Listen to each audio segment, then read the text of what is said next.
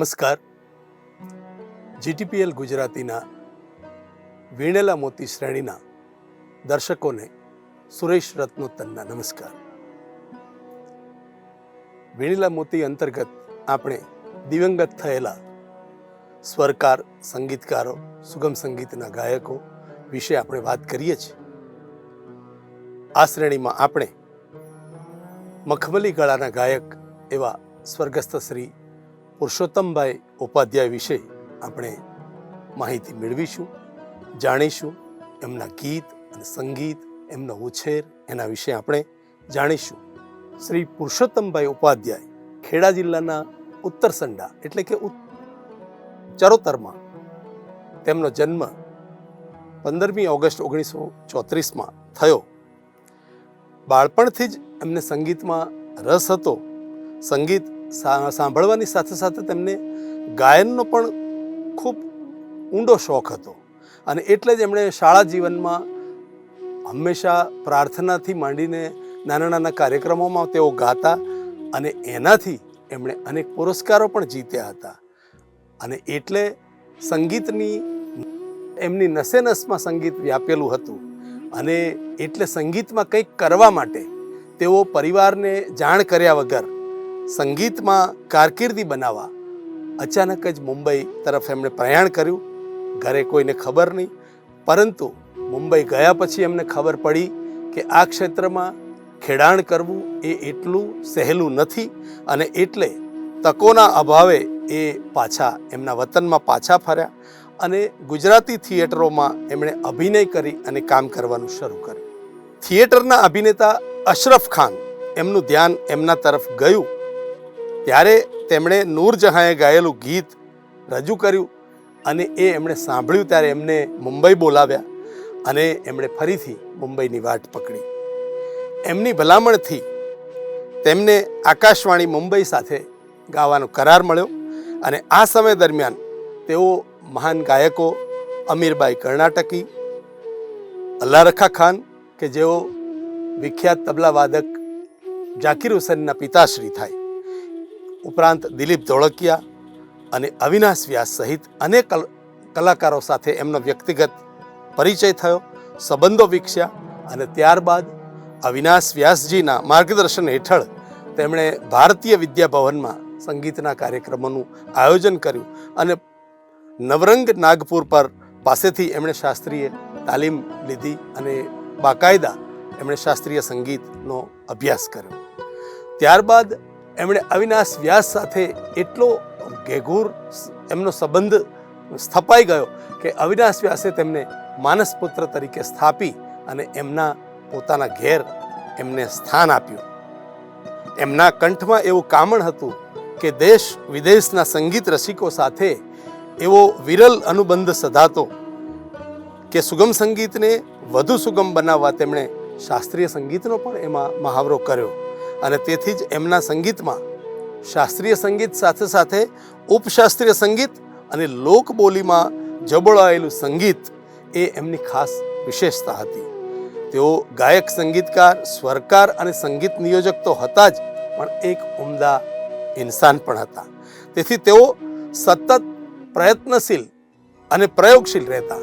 એમણે ગુજરાતી સુગમ સંગીતમાં અનેક પ્રયોગો કર્યા, અનેક એવા ખેડાણ કર્યા કે સુગમ સંગીતના પ્રણેતા અને મૂર્ધન્ય સંગીતકાર અવિનાશ વ્યાસે તેમને ખૂબ પ્રોત્સાહન આપ્યું અને તેમને તેમની સાથે રાખ્યા અને તેમને સંગીતમાં આગળ વધવા માટે ખૂબ પ્રોત્સાહન પણ આપ્યું.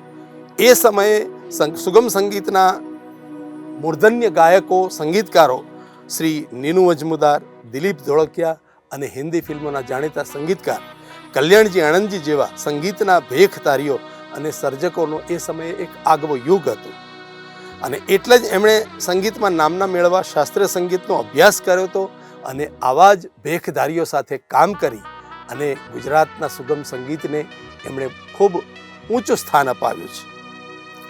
એમણે હિન્દી ફિલ્મોના ટોચના ગાયકો એવા મોહમ્મદ રફી, લતા મંગેશકર, બેગમ અખ્તર, મહેન્દ્ર કપૂર અને આશા ભોંસલે જેવા મહાન ગાયકો સાથે પણ કામ કર્યું છે.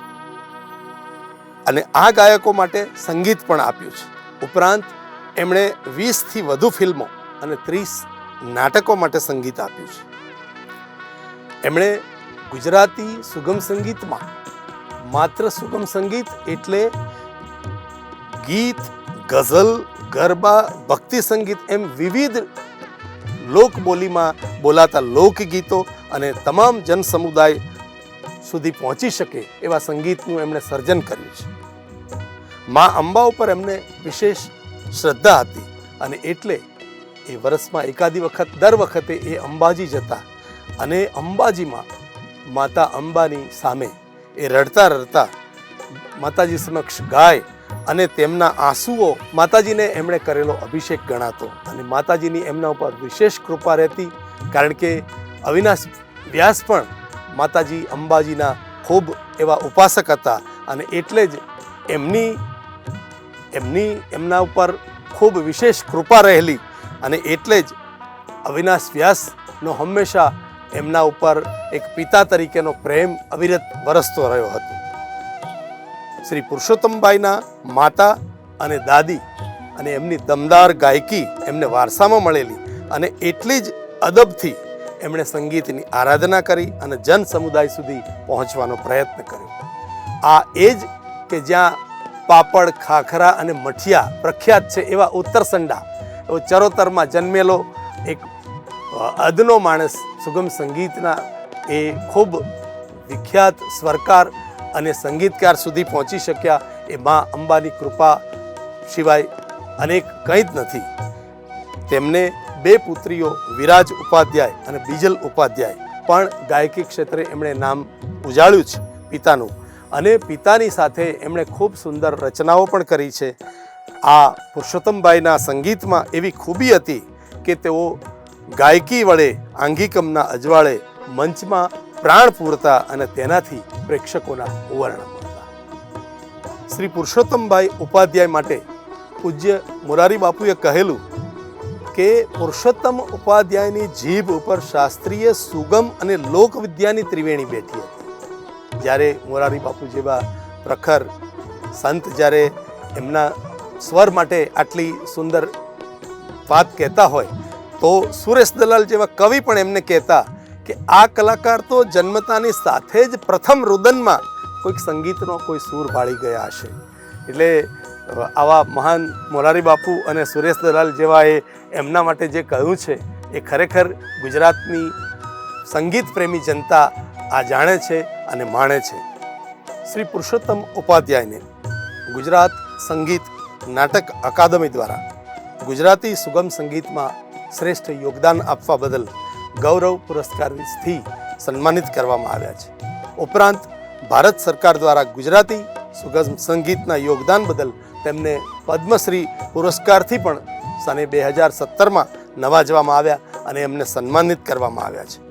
એ સિવાય એમને અનેક મળેલા એવોર્ડોમાં નાગર રત્ન એવોર્ડ, વિશ્વ ગુજરાત એવોર્ડ અને નાલંદા યુનિવર્સિટી એવોર્ડ અને સાથે સાથે ગુજરાતની સંગીત પ્રેમી જનતાનો એવોર્ડ તો ખરો જ, કારણ કે ગુજરાતની સુગમ સંગીતની માનતી, એને જાણતી અને ખૂબ માણતી એવી પ્રજાને શ્રી પુરુષોત્તમભાઈ સાથે ખૂબ નાતો હતો.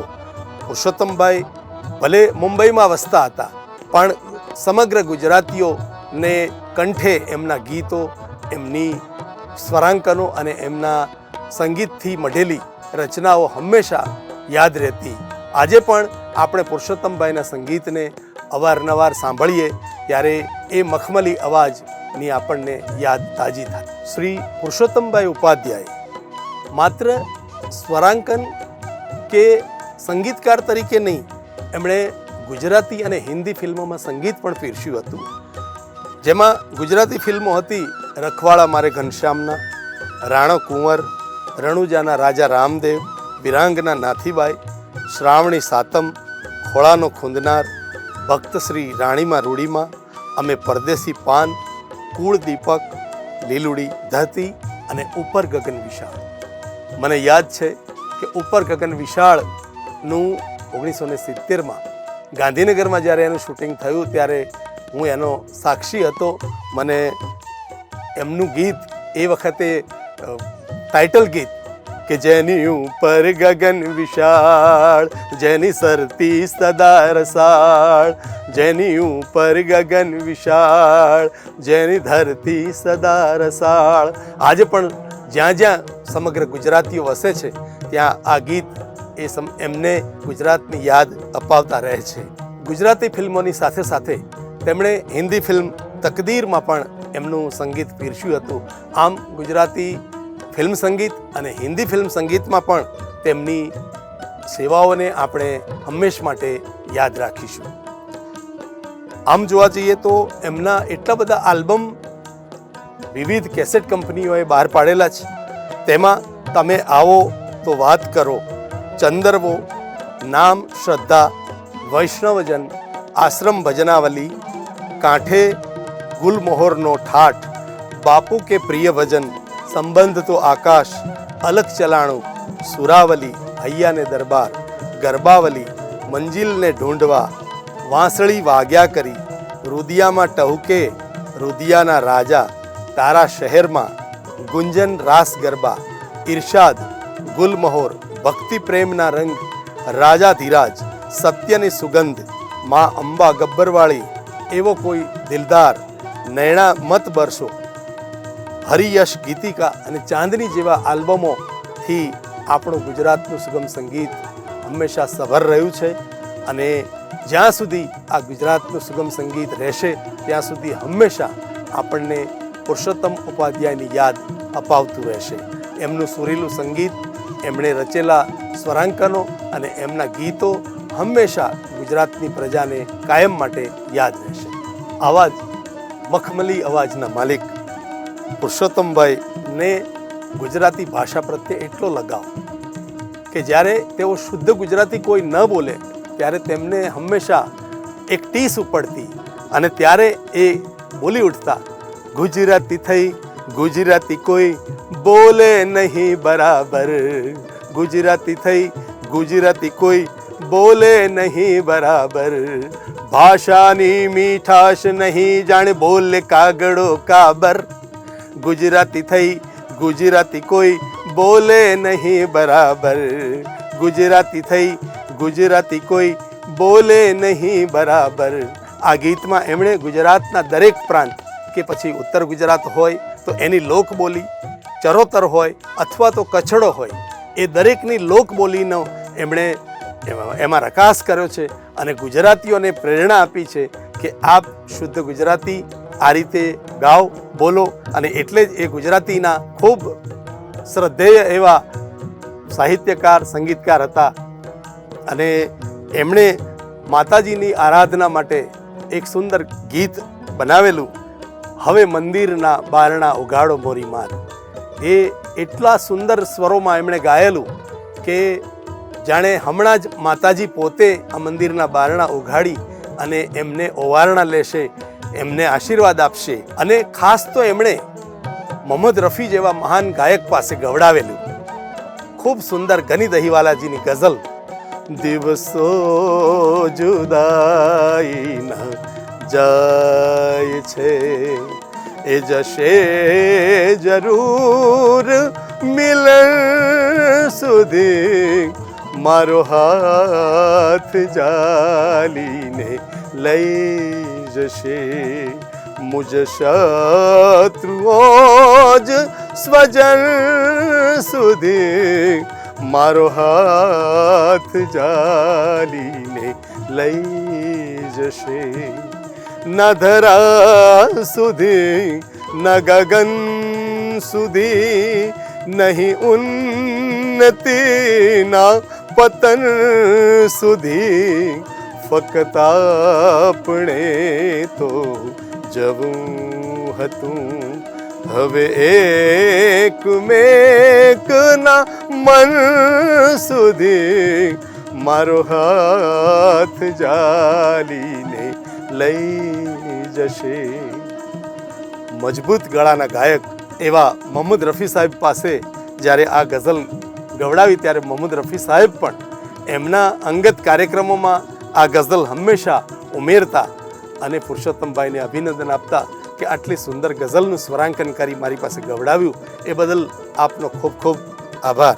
પુરુષોત્તમભાઈએ માતાજીના ગરબા, સુગમ સંગીત, ગીત, ગઝલ એવા ઘણા બધા ગીતો આપણી વચ્ચે મૂક્યા છે.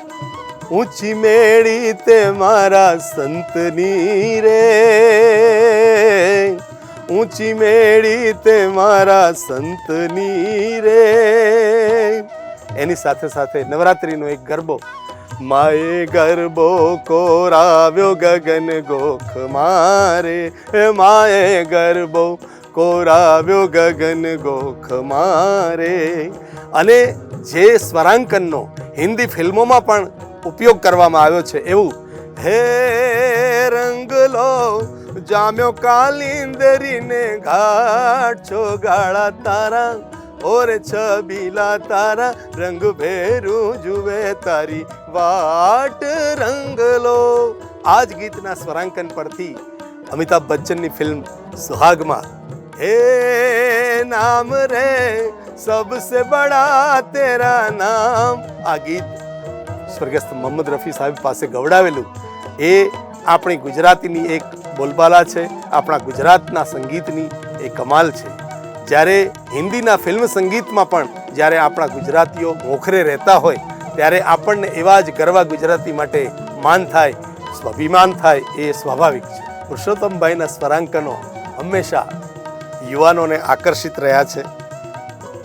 પછી એમણે મા ભગવતી અથવા તો દોસ્ત વિશે, કૃષ્ણ સુદામાની જોડી, નહીં રે જાણેલી કદી નહીં રે માણેલી, જેની ગોઠડી તોડાય નહીં તોડી રે સંતોએ આવી, કૃષ્ણ સુદામાની જોડી સંતો રે આવી, કૃષ્ણ સુદામાની જોડી. કે પછી રફી સાહેબના જ કંઠમાં કહું છું જવાનીને પાછી વળી જા, કે ઘડપણનું ઘર મારું આવી ગયું છે. આ જ સ્વરાંકનનો હિન્દી ફિલ્મમાં ધ બર્નિંગ ટ્રેન ફિલ્મમાં આર ડી બર્મને ઉપયોગ કર્યો હતો. પલ દો પલ કા સાથ હમારા, પલ દો પલ કી યારાને. આ એવા જ ગરબા ગુજરાતી સ્વરકાર છે કે જેમના સ્વરાંકનો પરથી હિન્દી ફિલ્મના જાણીતા સંગીતકારો પણ નકલ કરી અને ગુજરાતી એ સ્વરાંકનોને પોષે છે, એમને માણે છે. તો આવા ગરબા ગુજરાતી માટે આપણે ખૂબ ખૂબ માન સન્માન અને યાદથી આપણે એમને યાદ કરીએ. પુરુષોત્તમભાઈનું યુવાનોને ગમતું એક સુંદર ગીત, પ્રેમમાં ચાલને ચકચૂર થઈ ચાલ્યા કરીએ, પ્રેમમાં ચાલને ચકચૂર થઈ ચાલ્યા કરીએ. અને આવા જ રાત દિવસનો રસ્તો વાલમ, કોણ કરે છે લક્ષ્ય રાધા શોધે મોર પીંછને, મુરલી અમથી નહીં મીઠી લાગે, નૈણા મત બરસો. કેવા કેવા ગીતો, આપણે કેટલા ગીતો યાદ કરીએ અને કેટલા આપણે યાદ ન કરીએ. શરમને રમવું ગમતું છાનું. અને તોફાની પવન વિશે જ્યારે એ બોલતા હોય અને ગાતા હોય, તારો છેડલો તું માથે રાખને જરાયા તો ચૈતર વૈશાખના વાયરા, તારો છેડલો તું માથે રાખને જરાયા તો ચૈતર વૈશાખના વાયરા, તારી વેણીની મેક જાશે ઉડી, હો તારી વેણીની મેક જાશે ઉડી, હો ચૈતર વૈશાખના વાયરા, તારો છેડલો તું માથે રાખને જરાયા તો ચૈતર વૈશાખના વાયરા. કે પછી ખુશ્બુમાં ખીલેલા ફૂલ હતા, મન મળે ત્યાં મેળો. કેવા કેવા ગીતો. સાયબો મારો ગુલાબનો છોડ, સાયબો મારો ગુલાબનો છોડ. કે પછી મારી કોઈ ડાળખીમાં પાંદડા નથી, મને પાનખરની બીક ના બતાવો, મને પાનખરની બીક ના બતાવો. ઓ મારી કોઈ ડાળખીમાં પાંદડા નથી, મને પાનખરની બીક ના બતાવો, મને પાનખરની બીક ના બતાવો. કે પછી ધેનુકાની આંખોમાં જોયામ શ્યામ. કેવા કેવા ગીતો. કસમ દીધા છે મને જ્યારથી, કસમ દીધા છે મને જ્યારથી. ઓમ નમઃ શિવાયની ધૂન જ્યારે આપણે એમના કંઠે સાંભળીએ ત્યારે આપણને એમ થાય કે મહાદેવની કૃપાઓ એમના સ્વર પર વરસી રહી છે. લાગી રે લગાવી લગન, નેજવાને પાંદડે પોઢ્યા માધવ તમે, મુરલી અમથી નહીં વીઠી વાગે, નૈણા મત બરસો, ભર રે નિંદરમાંથી ઝબકીને હું જાગી. આવા અનેક ગીતોના સર્જક પુરુષોત્તમભાઈ ને આપણે આજે ખૂબ ખૂબ યાદ કરીએ છીએ અને એમના સંગીત થકી આજે ગુજરાતના સુગમ સંગીતનો એવો કોઈ ગાયક નહીં હોય કે એની સુગમ સંગીતની જ્યારે કોઈ કાર્યક્રમ હોય ત્યારે પુરુષોત્તમભાઈનું સ્વરાંકન કરેલું કે પુરુષોત્તમભાઈએ ગાયેલું કોઈ ગીત એમાં સમાવેશ કર્યો ન હોય.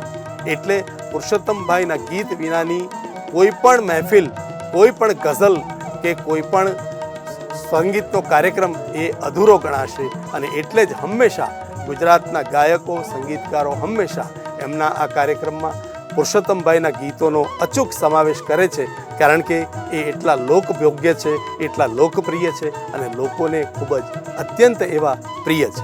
ભારત સરકાર અને ગુજરાત સરકારના વિવિધ એવોર્ડો અને ખાનગી સંસ્થાઓ દ્વારા પણ તેમને વિવિધ એવોર્ડોથી સન્માનિત કરવામાં આવેલા, નવાજવામાં આવેલા એવા આ સુરીલા સંગીતકાર ગાયક પુરુષોત્તમભાઈ ઉપાધ્યાય જ્યારે અહીંથી એમના વતન ઉત્તરસંડાથી નાસીને જ્યારે મુંબઈ ગયેલા, એ પછી એમણે મુંબઈને જ એમની કર્મભૂમિ બનાવી અને સ્વર્ગસ્થ ગાયક સંગીતકાર સ્વરકાર શ્રી અવિનાશ વ્યાસજીના માનસપુત્ર તરીકે તેમણે એક અદરકેરું સ્થાન મેળવેલું. આમ તો અવિનાશભાઈના પુત્ર ગૌરાંગભાઈ વ્યાસ, પણ એમણે હંમેશા શ્રી પુરુષોત્તમભાઈ ઉપાધ્યાયને પોતાના માનસપુત્ર તરીકે અપનાવેલા અને તેઓ એમના જ ઘેર રહીને ઉછર્યા અને એમની જ સાથે સંગીતનો નાતો સ્થાપ્યો અને જીવંત પર્યંત સુધી એ મુંબઈમાં જ એ રહેવાસી તરીકે ત્યાં જ રહ્યા અને 90 વર્ષની ઉંમરે મુંબઈ ખાતે તારીખ 11મી ડિસેમ્બર 2024ના રોજ આ ફાની દુનિયાને અલવિદા કરી ને અનંતની સફરે ઉપડી ગયા. આપણને હંમેશા આ અવિદ બિરલા સંગીતકાર, ઉમદા સંગીતકાર અને ગાયકની હંમેશા યાદ સતાવતી રહેશે. પણ સુગમ સંગીતના ચાહકો, ગાયકો, ગીતકારો અને સંગીતકારો હંમેશા એમનો ફાની દેહ છોડીને, ભલે આ દેહ આ દુનિયામાં નથી પણ એમનું સંગીત આપણી વચ્ચે છે અને એમના સંગીત થકી આપણે હંમેશા એમને યાદ કરીશું. એમની રચનાઓને, એમના સંગીતને, એમના સ્વરાંકનોને યાદ કરી અને હંમેશા મૂલવીશું કે આવા ઉમદા સંગીતકાર પણ આ ગુજરાતની ધરતી પર પેદા થયેલા અને ગુજરાતની સુગમ સંગીતને એક અમૂલ્ય ભેટ ધરીને ગયા છે. ત્યારે આપણે એવું પણ થાય કે કદાચ આ જ સંગીતનો જીવડો હંમેશા ઈશ્વરની સાથે પણ સંગીતની સ્વરામાં વાત કરતા હશે, ત્યાં પણ સંગીતની મહેફિલો સજાવતા હશે અને ત્યાં જે સંગીતકારો, ગાયકો જે ગયા છે એમની સાથે રહીને મહેફિલો મચાવતા હશે. કેવી અદ્ભુત આ ખૂબ વાત છે કે જેથી આપણે આ સંગીતને અવિરતપણે યાદ કરીએ.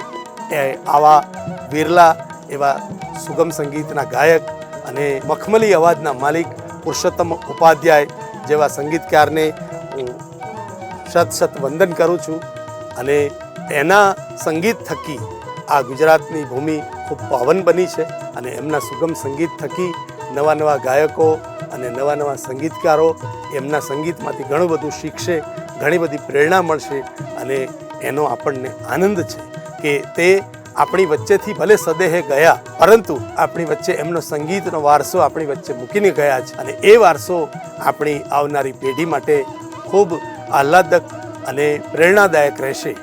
એટલે આ સંગીતકારને હું મારા હૃદયથી નમસ્કાર કરું છું, શત શત વંદન કરું.